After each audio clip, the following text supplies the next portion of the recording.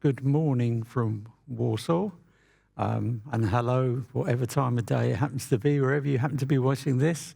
This is the second edition of Tobacco Harm Reduction Unfiltered, and I'm here with Arielle Selya, who's a behavioural scientist, so I better watch how I behave myself. And we're talking about how we should think about nicotine addiction. And we'll get on to maybe more controversially whether we should be talking about addiction at all, even if it's the right words to even be using. Good morning. Good morning. Nice to see you here. Likewise. I got all this from ChatGPT, so it must be right. You see, we're having this chat now, and I had to look at ChatGPT to sort of suss out what you'd been doing, having a look at your CV. And it seems like all your early work was focused on nicotine dependence in adolescent smokers. That Yes. was how you started. But I noticed that you, at least in the headlines and the summaries, you didn't use the word addiction. You used the word dependence. So can you explain that choice? Yeah, so a couple reasons for that. So the work you're referring to is when I was first getting started in the field of tobacco behavioral research, and this was during my postdoc back in 2010 and 2011, and cigarettes were still the predominant product there, and that's how I kind of got my research skills, got familiarized with the area. And the project at the time under my postdoc advisor was basically trying to understand why some kids who experiment with smoking stop after transient experimentation and then they just leave it, versus why they keep continuing and eventually become smokers. So there was a large project, a longitudinal survey that we worked with a lot, trying to get adolescents at that early stage of experimentation to try to understand why some of them continue on and others don't. And nicotine dependence was one of the strongest predictors. And there's different ways of measuring this. I think initially the reason why I used the word dependence was because it's precise scientifically, because there's different validated scales that you can use to measure dependence. And it wasn't addiction, like there's no real formal term for addiction that has specific criteria in the way that dependence is. It's a nicotine dependence scale. So that was the original rationale for it. But of course, lately, things have shifted a lot. E-cigarettes have become the dominant product in a lot of countries, including the US. And the word addiction doesn't care, it's not as relevant when talking about e-cigarettes, because first of all, the dependence scores are lower. If you're an exclusive e-cigarette user, you're likely to have lower dependence symptoms than cigarettes. People that switch from cigarettes to e-cigarettes can lower their dependence levels, but it's tricky to measure this sometimes too, because not all measures are comparable across products. One of the best examples, or one of the best ways to measure dependence for cigarette smoking, is how soon do you smoke after you wake up in the morning. And within 5 minutes is the most highly dependent category. But that item doesn't really translate well. If you look at the science on how people respond to that and how well that captures the construct of dependence, it doesn't really work the same for e-cigarettes. But you have all these studies out there that use that as a measure, assuming that it transfers to e-cigarettes as well. So it's tricky to measure, but that's kind of all goes into why I've always used the word dependence. Right. And now today it's more because I'm more cognizant of like the stigma of calling somebody an addict. Yeah, we're definitely going to come back to that in a minute. So, but so it tends to suggest to me that there is no actual clinical definition difference between addiction and dependence, because I have read somewhere that dependence is more of a physical thing, addiction is somehow regarded as more of a behavioral thing, compulsive use and all the rest of it. But from what you're saying, there is no established clinical difference between the two, and people seem to use them interchangeably. Yeah, so I think definitions have evolved as well. So if you look at the Diagnostic and Statistical Manual of Mental Disorders, you can go through a mistake that like junior psychology students make, for example, is like once they read the DSM, they're like, oh, that applies to me. I must have OCD. I must have depression. I must have bipolar, because everybody has the occasional symptom of some of these things. But the question in the mental health literature is, how do we distinguish somebody that has a clinically meaningful barrier of these symptoms versus somebody that has the occasional symptom, but it doesn't really impact their functioning of life? And across many of these diagnoses, the consistent criteria for determining whether it's clinically relevant is, does it impact your daily functioning? Does it impact your quality of life? So I think that there have been attempts to fit tobacco dependence into that mold. And I think the analogy there, or the parallel in tobacco dependence, is, are you using it despite the harm to yourself? Right. And cigarettes obviously cause a lot of harm, so there is a case to be made that maybe it qualifies as an addiction or a compulsion if you're using it despite experiencing negative health effects. But if you take most of the negative health effects away, what's left? Well, quite. Yeah. Yeah, absolutely. So you've obviously moved into the tobacco harm reduction space from your work. So how has your work developed within? Have you carried on transferring what you've been doing with cigarettes into the world of e-cigarettes or easy tobacco, or that world? Has it changed? How has it developed in the context of dependence or addiction? Or have you been doing completely different things from a behavioral point of view? It's mostly different things. So when the way that I found myself in tobacco harm reduction is by looking at the gateway hypothesis, which I have a session on later today. Okay. And I initially, being surrounded by sort of tobacco control academics to begin with during my postdoc, and reading the literature and seeing the news stories, I had never heard anything positive about e-cigarettes in 2014 when they started making getting attention of the research community. And I completely bought the gateway hypothesis. So I thought along the way, a junior faculty member's under a lot of pressure to publish. So I thought of a paper that I could use to prove the gateway hypothesis. And I thought, oh, great, I'm going to have a high impact paper. I'm going to look good on my next annual review by publishing in a good journal. And when I ran the analysis, I didn't find the results were the exact opposite of what I had expected to find. So I started looking more at that. And at this point, I kind of left the dependent story behind because I was more interested in behavior and population level trends and what's happening with this gateway. Right. Okay. So interesting. How did you disprove? How did you suddenly have a sort of epiphany, like, oh my God, I've got this wrong? Yeah, the first crack was that I had this longitudinal sample that I was working with to sample, to try to study that experimental phase of smoking and understand why some youth continue and some youth stop.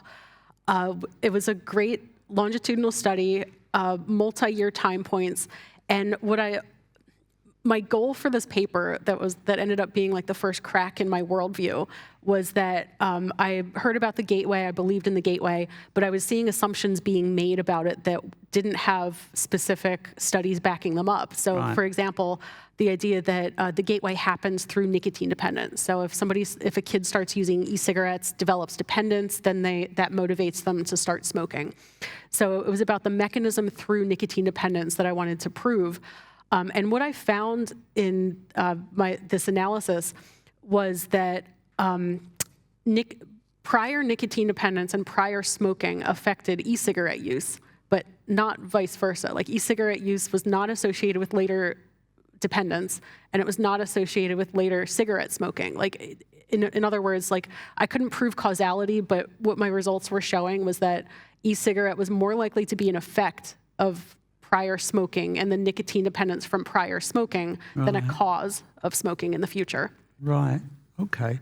Now I came across something when I was looking, I had no idea what it is, but according to my mates at ChatGPT, this was one of your signal contributions to tobacco harm reduction. And I can't even remember exactly, but it's something like a simulation model, something or other. Yes. I can't even remember what the phrase is now, but it seemed quite significant. Yeah, so that was the next stage. The study I just described was kind of the first crack in my worldview, and there's all sort for any given study, you start second guessing, like, well, maybe this isn't a real test of gateway because of this. So I started thinking of how else can I test this gateway versus common liability idea. And I thought of population level trends. So if you think about it, what the gateway would predict logically is that as e-cigarette use starts increasing in the youth population, it should cause more smoking than there would have been otherwise. So, but the comparison to the alternate world without e-cigarettes, you can't directly observe that. So you have to have some kind of some way of modeling what that hypothetical world would have looked like. So I used a simulation model where I trained it on, I was able to replicate youth smoking trends from 2000 to 2010 before e-cigarettes became popular. And I projected that forward under 3 assumptions. One, no change, so just kind of carrying forward the prior decline in smoking. 2, the gateway, so for every e-cigarette user, there's a certain number of them also become cigarette smokers, and then a diversion scenario. And the difference is remarkable. Like, the gateway vastly overpredicts the number of actual youth smokers that we see in the population. Right. Even the kind of no effect, the no difference, vastly overpredicted. So it takes a diversion, and a pretty strong diversion, to be consistent with the real data. Right. When you say diversion, what?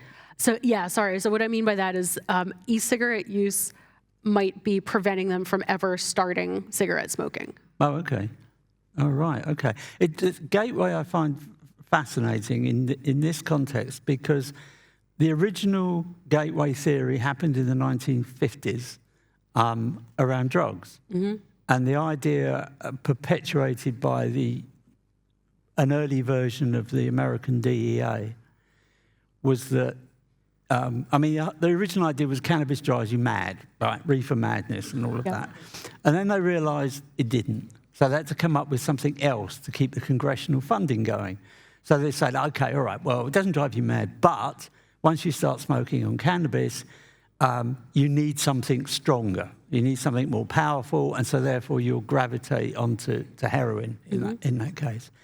In relationship to what we're talking about, it almost suggests that vaping, by definition, is safer.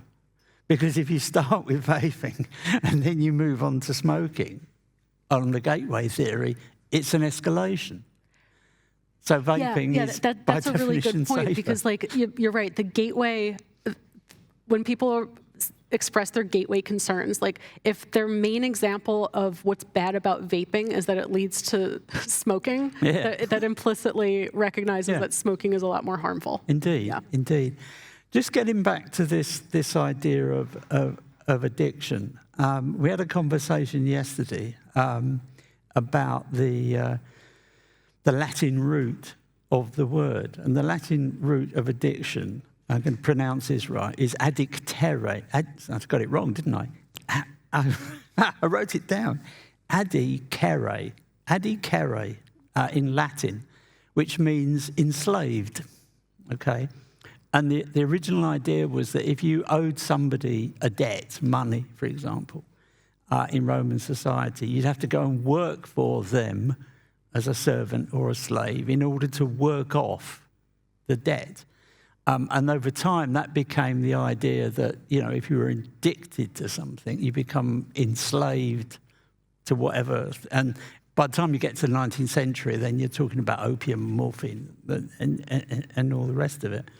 And in the sense of tobacco harm reduction, as far as tobacco control is concerned, you're a failed quitter, is what you basically are.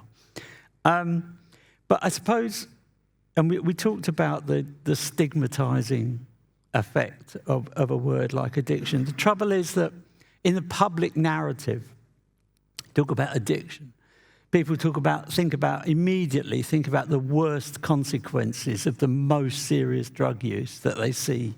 They've watched The French Connection on movies or Narcos or whatever it is, on Netflix. And that's the impression you get of addiction. And then you get to addict, which means, you're not only a bad drug, but a bad person. But I think in relationship to nicotine is interesting because, it was long established that cigarettes were bad news. Smoking was not a good thing. And I get the sense that the narrative was more to do with, smoking causes cancer. Mm-hmm. Didn't really kind of get their head around the idea, it's like the nicotine that's making you want to smoke to get to the point where eventually in 30 years' time you get cancer. But once you take the nicotine out of the cigarette, which is obviously what's happened, nicotine of itself becomes the new demon drug. And that's what people are talking about these days. I mean, is that the sort of thing, from a behavioural point of view, does that impact on the work that you do or the people that you talk to, just in terms of, all the focus now is on nicotine. It causes teenage brain damage, whereas we've had you've been doing, and other people have been doing analysis of teen smoking for decades, and nobody come up with the idea that nicotine causes brain damage. All of a sudden, nicotine has been kind of isolated. It's like, Right. Yes. Yeah. So there's a lot to unpack there, but of course essentially there's, no, you're right. Like if you take away, if you ask skeptics about e-cigarettes, like what do you think the harms are? Sometimes they'll say unknown long-term health effects, but like as the evidence emerges, e-cigarettes have been out for almost 20 years now. And there's very good safety profiles. They might be riskier than non-use, but they're vastly safer than conventional cigarettes. So if you take away the specific health harms, a lot of the objections now are backing up to addiction itself. But that's it's like tautological or maybe an empty definition of addiction, because if you take away the harm, what's left is just physiological dependence, but that applies to caffeine. Alcohol, too, I think is maybe more problematic than nicotine. And even at tobacco control conferences, they often serve alcohol, like free open bar, at the end of some of the events. And of course, coffee is flowing freely throughout the day. I think it looks over time to me as if the concept of addiction is as much a social and political construct as it is, because we haven't been, like you say, there's no proper medical definition of addiction. And I have noticed in some of the work that I've done that the WHO in the 1950s divided drugs into habit-forming and addicting, and they put tobacco under habit-forming. And then successive US Surgeon General reports have kind of ramped things up. So I think the 79 report talked about nicotine as being dependence-producing. And by 1988, all of a sudden, the whole report was around nicotine addiction. Addiction, right, yeah. So... and I think this ties into misperceptions, too, because I have a recent paper out with my Pinney colleagues showing that 94% of adults who exclusively smoke and don't plan to quit falsely think that e-cigarettes are just as bad or more harmful than smoking. And there's some other work showing that if you dive down and you ask people, okay, why do you think they're worse? A lot of them cite addiction. A lot of people think that switching to e-cigarettes is just trading one addiction for another, and they don't like the enslavement aspect that you mentioned. And that's if somebody doesn't want to be addicted to a substance, that's fine for them, but other people don't have a problem, being dependent on a cup of coffee in the morning. But there's also like different dependence potential. There are a number of studies coming out now that if you switch from cigarettes to e-cigarettes, you can reduce your overall level of dependence when you look at the right measures that are comparable across products. So from a sort of behavioural point of view, if somebody is a smoker, but they don't want to switch to e-cigarettes because of the addiction issue, I mean, they're not saying that I'm not addicted to smoking, but I might become addicted to e-cigarettes. They're not saying that, are they? Or are they? No. I mean, I think probably there's a good chance those people think that e-cigarettes are just as bad as well.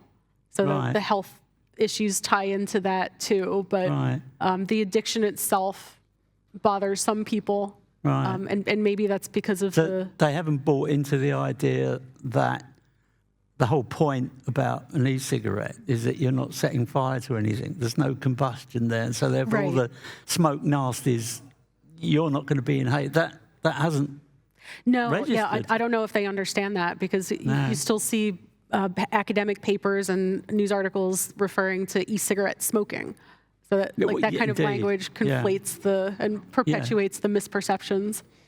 I mean, it always strikes me that the addiction argument is kind of what I call the get-out-of-jail-free card for people who oppose tobacco harm reduction. I mean, originally it was going to be, well, kids will start vaping and then that will lead them to smoking. No. Right, yeah. No. It'll normalise smoking. That's increasingly not backed by data. They're more dangerous than if not more so than dangerous than cigarettes. No. So every box you tick, you can dismiss, and then they'll turn around and go, but nicotine is addictive, isn't it? And then you get into that whole argument. So it does resonate quite strongly, even though it's essentially meaningless, isn't it? There's a public perception of what addiction means. People understand it in certain ways, and they apply it in all sorts of different ways. They go, well, I'm addicted to shopping, or I'm addicted to looking at... Actually, it's quite interesting now, because you've now got a whole load of... I mean, big tobacco used to get it in the neck for the whole addiction thing and harms, and now it's big tech. Big tech are getting it in the neck about young people and addiction and how they're spending all their time looking at TikTok and Snapchat and all the rest of it.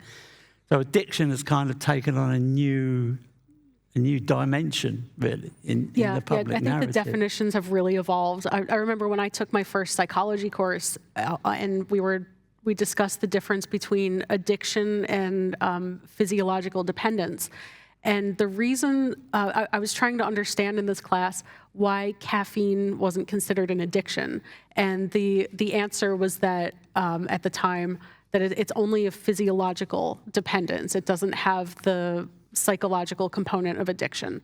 If you apply that, I don't know if that's still the thinking in the field, but I think that applies to a non-combustible product use as well, because it's... So some people... There might be like physiological dependence symptoms, but it's not, you're not like spending all your time pursuing this in the same way that like an opioid dependent person would. Which is interesting, because the whole problem with opioid painkillers in the States, OxyContin and all of that, a lot of that was derived from the fact that somebody wrote a letter to the New English Journal of Medicine saying, well, I've got, cancer patients in hospital and we give them morphine for pain, and they go home and that's it. They don't feel too good for a while. They have some withdrawal symptoms, but they don't become addicts. Oh, right. They don't rush out on the streets looking for more. So they were dependent on morphine because they were given it for pain, but they didn't actually become addicted. So it sounds like in some disciplines, there is a differentiation that's made between the two. Yeah. But in the world we operate in, it's as we say, if you've got a habit and you've got harm, you've got a dependency, shall we say, or some people would say an addiction. But if you take the harm out of it, and nicotine is, as most people at this conference would agree, that nicotine is relatively harmless, what's your problem? Right. I'm talking to the person in my ear, so I think I probably need to wrap this up now. It's been lovely chatting to you. Yeah, likewise. Thank you so much. Thank you for having me on. You're going to be busy for the rest. Yes, I've got 2 more. This is the first of 3 back-to-back sessions. Yeah. So this is your what should we call it? Your rehearsal. There you go. Yes, it is. This is a rehearsal for what you've got left to do. That's great. Okay, everybody, thank you very much for tuning in to this edition. Tomorrow morning at the same time, I shall be talking to David Swenner, and we're going to be talking about prohibition, which is a theme of this conference, and more specifically, kind of what lies beneath is the title of Tobacco Harm Reduction Unfiltered tomorrow morning. What is there a moral underpinning? Well, there is a moral underpinning to prohibition, but we'll have a good discussion about that tomorrow morning. And in the meantime, have a good day or evening, depending where you are. Thank you very much.